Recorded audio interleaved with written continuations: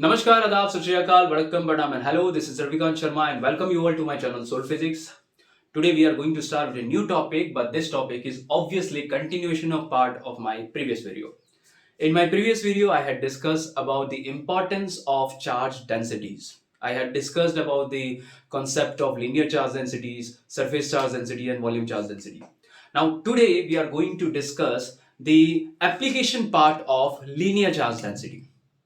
I will consider an infinitely long wire and we will try to derive the expression of electric field due to that infinitely long wire at certain distance d. Right? So pen paper निकाल के बैठ जाइए और let's get started. Electric field due to infinite long wire. अब इसमें क्या होगा बेटा कि अगर लॉन्ग वायर के बारे में बात कर रहे हैं तो इसका मतलब हम किसके बारे में बात कर रहे हैं? We are talking about 1D body, right? 1D body. अब ये मान लो कि ये आपकी इन्फिनिटली लॉन्ग वायर है और इसके ऊपर बहुत सारे n number of positive charge present है. ठीक है. अब कंसिडर करो कि ये सारी जो चार्जेस हैं, इन सारे चार्जेस की वजह से एक P पॉइंट पे यहां पे इलेक्ट्रिक फील्ड हमें कैलकुलेट करनी है. ठीक है. तो चलो एज्यूम करते हैं कि ये जो P पॉइंट है that is lies at mid point of the wire. Suppose करो ये लोकेशन है और ये इसका लोकेशन हम मान के चलते हैं y. ठीक है. हम कंसीडर करते हैं लेट्स से कि ये वायर की जो लीनियर चार्ज डेंसिटी है वो लैम्बडा है. तो इसका मतलब ये भी हुआ कि अगर मैं x डिस्टेंस पे अगर एक छोटा सा हिस्सा अगर मैं कंसीडर करूं जिसका लेंथ है dx, तो इसके ऊपर जो चार्ज लाई करेगा वो कौन सा चार्ज लाई करेगा? dq चार्ज लाई करेगा. ठीक है. तो इस छोटे से हिस्से के लिए जो लैम्बडा जो लीनियर चार्ज डेंसिटी होगी वो क्या होगी? dq bye dx. क्लियर है. ये वाली जो पूरे वायर की वजह से जो लीनियर चार्ज डेंसिटी है वो सेम होगी छोटे से पार्ट के लिए भी, राइट? तो अब हमें फाइंड करना है कि छोटे से चार्ज की वजह से इस पी पॉइंट पे कितनी इलेक्ट्रिक फील्ड आ रही है. तो वैसे n नंबर ऑफ छोटे छोटे चार्जेस होंगे, वो हर एक छोटे चार्जेस की वजह से पी पे कितनी इलेक्ट्रिक फील्ड प्रोड्यूस कर रही है. और लास्ट में हम क्या करेंगे? सब जो इलेक्ट्रिक फील्ड जो प्रोड्यूस हो रही है उसको हम ऐड कर देंगे. इस केसेस में हम क्या करेंगे? हम इंटीग्रेट करेंगे. ठीक है. क्यों इंटीग्रेट कर रहे हैं? बिकॉज ये सारा जो चार्ज डिस्ट्रीब्यूशन है वो कैसा है? कंटिन्यूअस चार्ज डिस्ट्रीब्यूशन है. तो अब dq एलिमेंट पे p पॉइंट पे dq की वजह से जो इलेक्ट्रिक फील्ड होगा वो कौन से डायरेक्शन में लगेगा? पॉजिटिव चार्ज है, रेडियली आउटवर्ड. तो चलो मान लो this is the direction of electric field.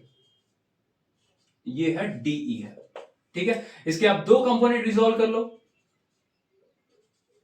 क्यों? चलो मान लो कि ये वर्टिकल के साइड ये जो एंगल है वो थीटा है, तो यहां पे ये भी एंगल थीटा बनेगा. ठीक है. de का y कंपोनेंट क्या बनेगा? de cos theta. ये वाला क्या बनेगा? de sin theta. ये बात समझ में आ रही है? इसके दो कंपोनेंट हमने रिजॉल्व किया इलेक्ट्रिक फील्ड के along y axis and x axis. ठीक है. अब उसी तरीके से अगर आप यहां पे अगर कोई भी छोटा सा चार्ज लोगे इस डायरेक्शन में, ठीक है, ये आपने एक एक्सिस मान लिया, एक रेफरेंस एक्सिस मान लिया और इस रेफरेंस में भी इक्वल नंबर ऑफ चार्ज है और right hand side of reference axis में भी इक्वल नंबर ऑफ चार्ज है. मतलब P का लोकेशन मैंने ऐसा सिलेक्ट किया कि दोनों side equal number of charges divided है ना.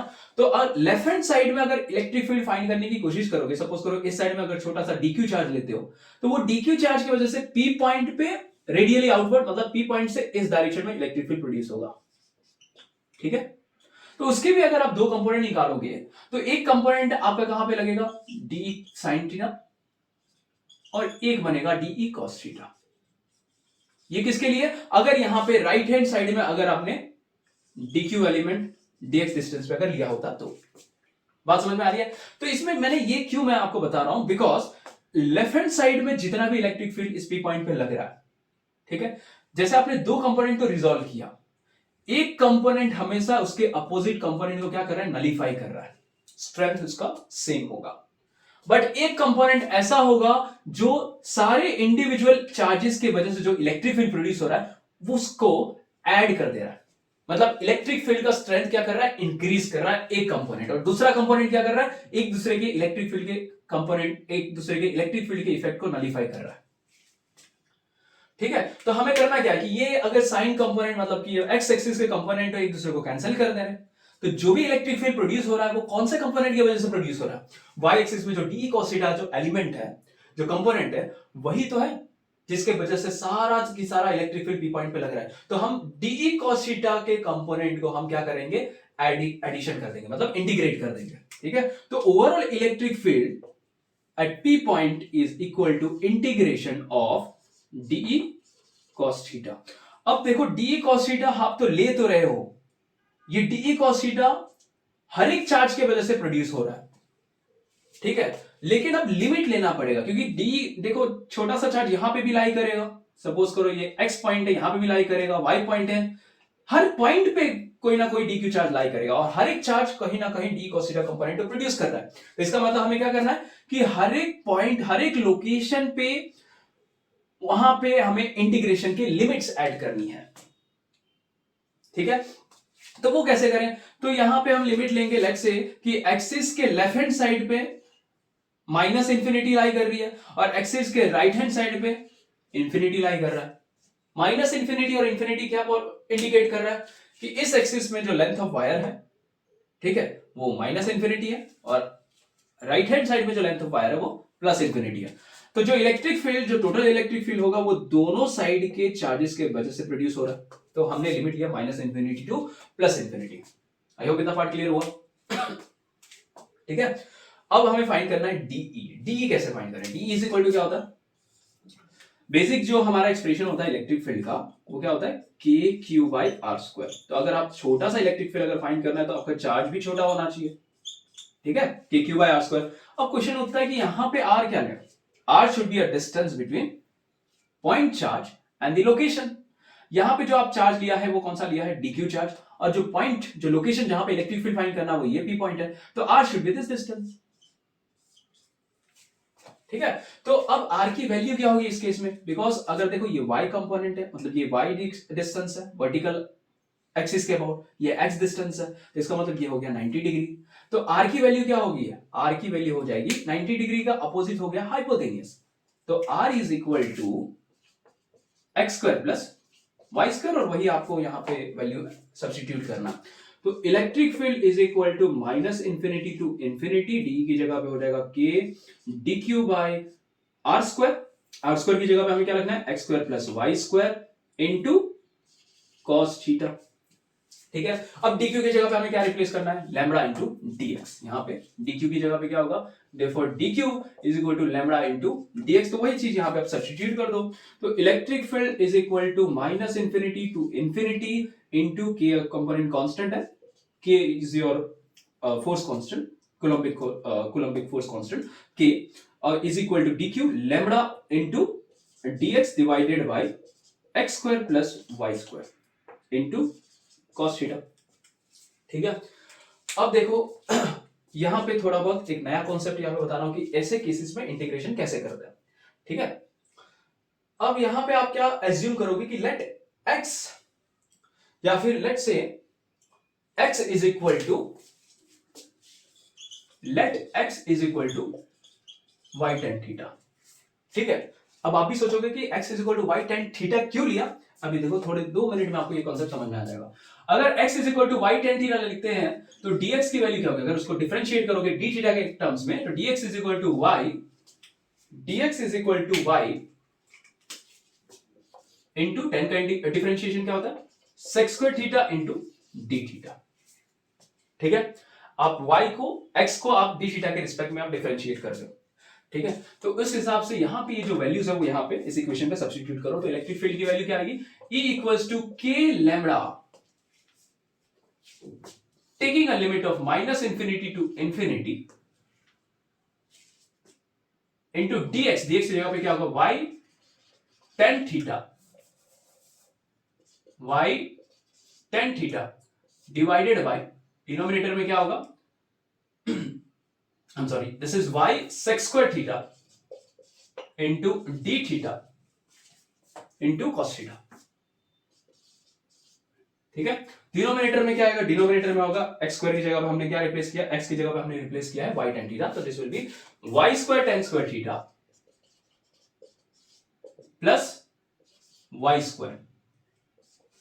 ठीक है, तो यहां पे इलेक्ट्रिक फील्ड की वैल्यू क्या बनेगी, electric field is equal to k lambda, denominator में वाई स्क्वायर कॉमन हो जाएगा, सो वाई स्क्वायर यहां पे आया, न्यूमरेटर में आपके पास y है वो भी मैंने बाहर निकाल लिया, इंटीग्रेशन करना है माइनस इंफिनिटी से infinity sec square theta d theta into cos theta divided by 1 plus tan square theta. अब देखो ये एक्सप्रेशन होता है 1 प्लस टेन स्क्वायर थीटा क्या होता है सेक स्क्वायर थीटा, तो ये वाला जो कंपोनेंट हो गया 1 प्लस टेन स्क्वायर थीटा और sec square theta they will cancel each other, why, because this is a trigonometric expression, since 1 plus tan square theta is equal to sec square theta and they will nullify each other.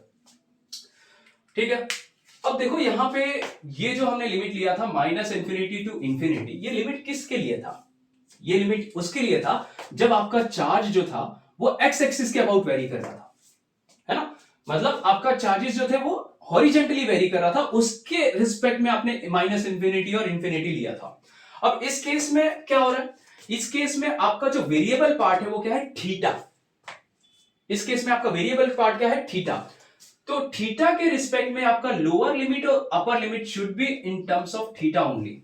जैसे कि यहां पे अगर आप देखोगे यहां पे जो वेरिएबल पार्ट क्या है dx, तो इसीलिए आपने माइनस इंफिनिटी और इंफिनिटी लिया हुआ है, लोअर लिमिट और upper limit. Similarly here the variable part is d theta, तो your limit should be in terms of theta. तो अब वो लिमिट हम कैसे चेंज करें, तो उसके लिए आपको क्या करना पड़ेगा, ये जो यहां पे जो सपोजिशन हमने किया ना x is equal to y tan theta, तो यहां पे सपोज यहां पे एक वैल्यू सब्स्टिट्यूट करो कि if x is equal to minus theta, यहां पे अगर माइनस थीटा अगर रखोगे तो tan थीटा की वैल्यू क्या आएगी, tan थीटा की वैल्यू कितनी होती है जब आपकी वैल्यू माइनस इंफिनिटी आए, व्हेन tan थीटा, और लेट्स से अगर थीटा की वैल्यू अगर माइनस पाई बाई 2 रखोगे यहां पे, तो tan minus pi by 2 is minus infinity, तो theta will be minus pi by 2।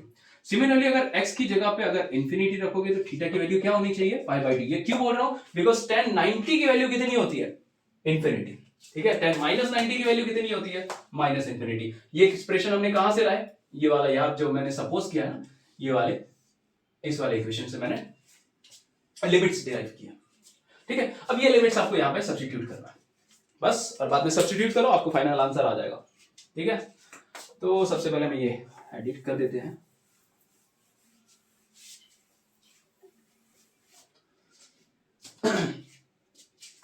तो E equals to k lambda, देखो y से y एक कंपोनेंट, एक जो y है वो कैंसिल हो गया, के लैम्बडा बाई y इंटीग्रेशन, अब यहां पे x माइनस इंफिनिटी पे क्या आएगा, माइनस पाई बाई 2, और प्लस पाई इंफिनिटी पे क्या आएगा, पाई बाई 2, और न्यूमरेटर में क्या है cos theta into D theta, denominator में तो कुछ बचा ही नहीं है, सारा कैंसिल हो गया।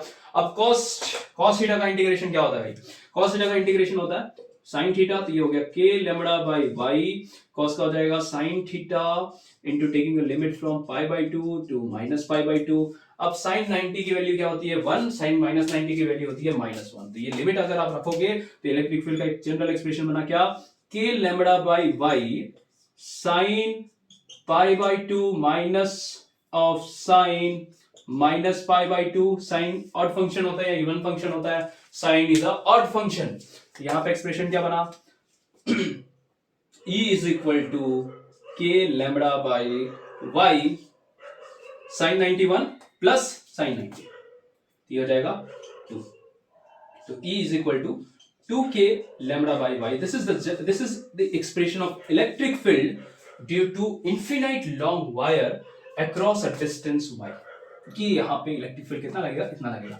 इस टर्म्स को और भी दूसरे तरीके से लिख सकते हो, E is equal to k की वैल्यू रख दो, k की वैल्यू क्या होती है 1/4 पाई एप्सिलॉन नॉट, ये हो जाएगा 1/2 pi epsilon not lambda into r, this expression can also be used। ठीक है, दोनों एक्सप्रेशन वैलिड है। आई होप ये पार्ट क्लियर हुआ होगा। इसमें जो मेन चीज जो आपको समझनी है ना, वो क्या समझनी है आपको, लिमिट को यूज कैसे किया जाता है।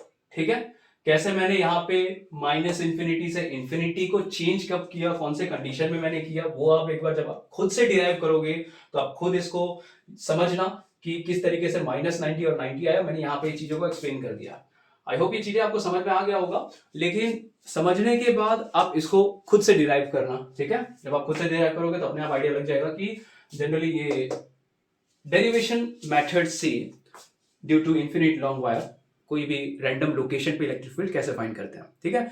इसका शॉर्टकट मेथड भी है। शॉर्टकट मेथड क्या है, गॉस थ्योरम जब मैं एक्सप्लेन करूंगा तो आपको बताऊंगा कि easily electric field due to long wire कैसे कैलकुलेट करते हैं, ठीक है। तो वो गॉस थ्योरम का जो कंसेप्ट डिस्कस करेंगे तो ये वाली चीजें आप सोचोगे कि जब हमने बहुत सारा मेहनत करके इलेक्ट्रिक फील्ड फाइंड करते हैं तो वो जो गॉस थ्योरम वो पहले क्यों नहीं इंट्रोड्यूस किया। तो बेसिकली इसके पीछे का एक ही रीजन है कि जब आपको फिजिक्स पढ़ना है तो थोड़ा बहुत मैथ्स का नॉलेज होना बहुत जरूरी है, ठीक है। तो अगर मैथ्स का नॉलेज नहीं है तो फिजिक्स आपको मैथ्स भी सिखा देगा। तो ये जो कॉन्सेप्ट था, जो बेसिकली ये इलेक्ट्रिक फील्ड का जो एक्सप्रेशन जो मुझे डिराइव करना था, तो किस तरीके से मैक्स को हमने यूज किया, किस तरीके से इंटीग्रेशन का मेथड हमने यूज किया, कौन से कंडीशन में हमने एक्स थीटा वाई थीटा, यहाँ पे x equal to tan theta और डिफरेंट हमने ट्रिग्नोमेट्रिक एक्सप्रेशन यूज किया। तो आपको पता चलेगा कि जो 10th ग्रेड में 11th ग्रेड में जो ट्रिग्नोमेट्री हमने यूज किया वो एक्चुअल में हम कैसे इसको यूज करते हैं और एक्चुअल में हम कैसे इलेक्ट्रिक फील्ड सर्टेन लोकेशन पे डिराइव करते हैं, ठीक है।